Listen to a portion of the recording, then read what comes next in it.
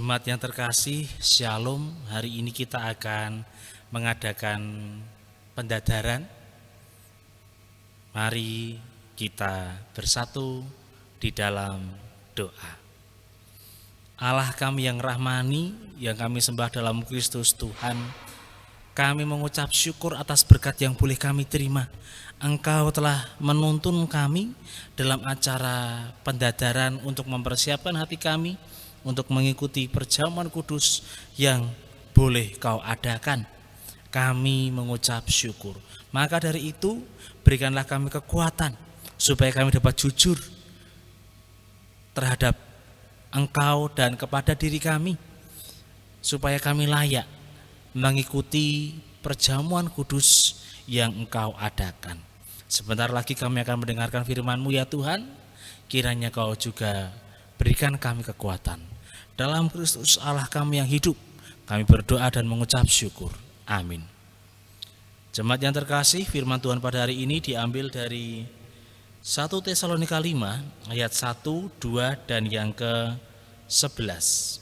1 Tesalonika 5 ayat 1, 2 dan 11. Tetapi tentang zaman dan masa, saudara-saudara tidak perlu dituliskan kepadamu, karena kamu sendiri tahu benar-benar bahwa hari Tuhan datang seperti pencuri pada malam. Karena itu, nasihatilah seorang akan yang lain dan saling membangunlah kamu seperti yang memang kamu lakukan. Nah, Bapak, Ibu, dan saudara-saudara yang dikasihi dan yang mengasihi Tuhan Yesus Kristus, dalam surat Tesalonika ini kita tahu bahwa hari Tuhan datang seperti pencuri. Ia datang tanpa kita ketahui, tanpa ada kabar, tanpa ada pemberitahuan, tiba-tiba Tuhan begitu saja datang. Nah, seandainya kita tidak ada persiapan, apa yang akan terjadi? Ya tentunya kita akan tereliminasi, kita akan gugur, bisa saja kita dimasukkan ke lubang neraka, sehingga keselamatan kita akan hilang. Maka dari itu Rasul Paulus dalam surat Tesalonika memberi saran kepada jemaat yang ada di Tesalonika ini supaya berjaga-jaga. Caranya bagaimana dalam berjaga-jaga itu? Yaitu dengan cara jemaat di Tesalonika ini harus saling membangun, saling menasehati, saling mengingatkan tentang hal-hal yang baik yang harus dilakukan. Sekarang mari kita lihat dalam kehidupan kita. Sewaktu kita melihat seseorang berbuat jahat, apa yang kita lakukan? Apakah kita diam atau tidak? Oh tidak, saya tidak diam. Tidak diam tapi ngerasani, itu juga salah Bapak Ibu. Jika kalau kita melihat sesuatu yang tidak benar, ada yang berbuat jahat, melakukan penyimpangan, ya harus kita ingatkan. Setelah kita ingatkan, kita bangun orang ini supaya tidak melakukan suatu kesalahan yang sama dan tidak melakukan suatu kesalahan yang lainnya juga. Itu fungsi dari membangun dan mengingatkan. Dengan demikian, komunitas kita menjadi komunitas yang sehat dan bertumbuh dan bersiap menyambut kedatangan Tuhan yang akan menjemput kita dalam keselamatan yang abadi dan sempurna. Maka dari itu Bapak, Ibu, dan saudara terkasih, mari kita saling menasehati dan saling membangun, karena itulah perintah Tuhan dalam hidup kita. Saat hening sejenak.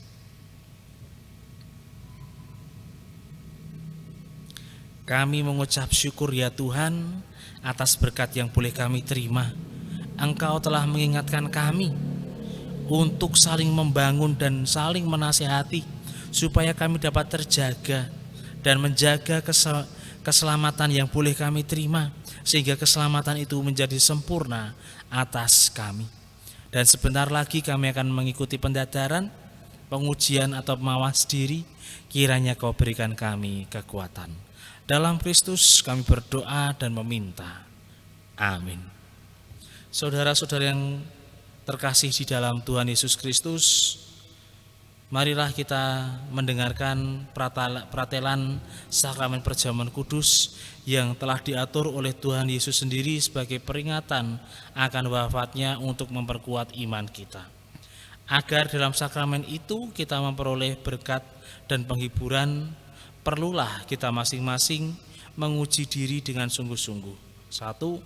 Apakah kita mengakui dosa kita sehingga menyesal dan malu akan diri sendiri serta merendahkan diri di hadapan Allah? 2. Apakah kita percaya bahwa kita telah mendapat pengampunan karena sengsara dan wafat Tuhan Yesus Kristus? 3. Apakah kita mempunyai keinginan sungguh-sungguh untuk bersyukur dengan Allah dengan pikiran, perkataan, dan perbuatan?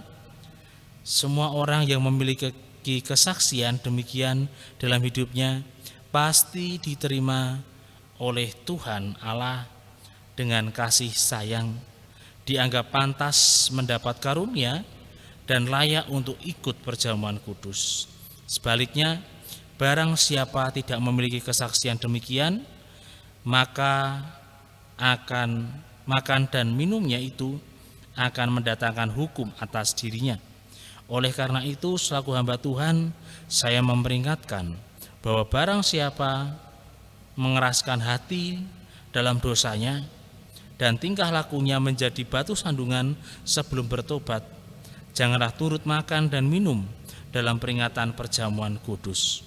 Akan tetapi semua orang yang percaya kepada Tuhan Yesus Kristus dan sungguh-sungguh janganlah berkecil hati, sebab sakramen perjamuan kudus bukanlah untuk orang yang tidak berdosa, melainkan bagi orang yang menyerahkan diri kepada Tuhan Yesus dengan hati yang menyesal akan dosa dan memohon pertolongan Tuhan untuk dapat menjalankan segala perintah-Nya. Dalam kita mengikuti sakramen perjamuan itu harus dengan mengingat Tuhan Yesus yang ada bersama-sama dengan kita. Jemaat yang terkasih, marilah kita bersatu dalam doa. Terima kasih ya Tuhan, Engkau telah mendadar diri kami, memberikan kami waktu untuk melihat ke dalam diri kami, untuk jujur ke dalam diri kami. Berikanlah kami kekuatan untuk mengakui dosa dan menyesali dosa-dosa kami, dan berikanlah kami pengampunan atas dosa-dosa kami, dan kiranya Engkau memberikan kami kekuatan juga supaya kami dapat bersyukur dengan pikiran, perkataan, dan perbuatan kami. Kami mohon ya Tuhan, kami meminta kepadamu. Terima kasih ya Tuhan, dalam Kristus Allah kami yang hidup, kami berdoa dan mengucap syukur. Amin.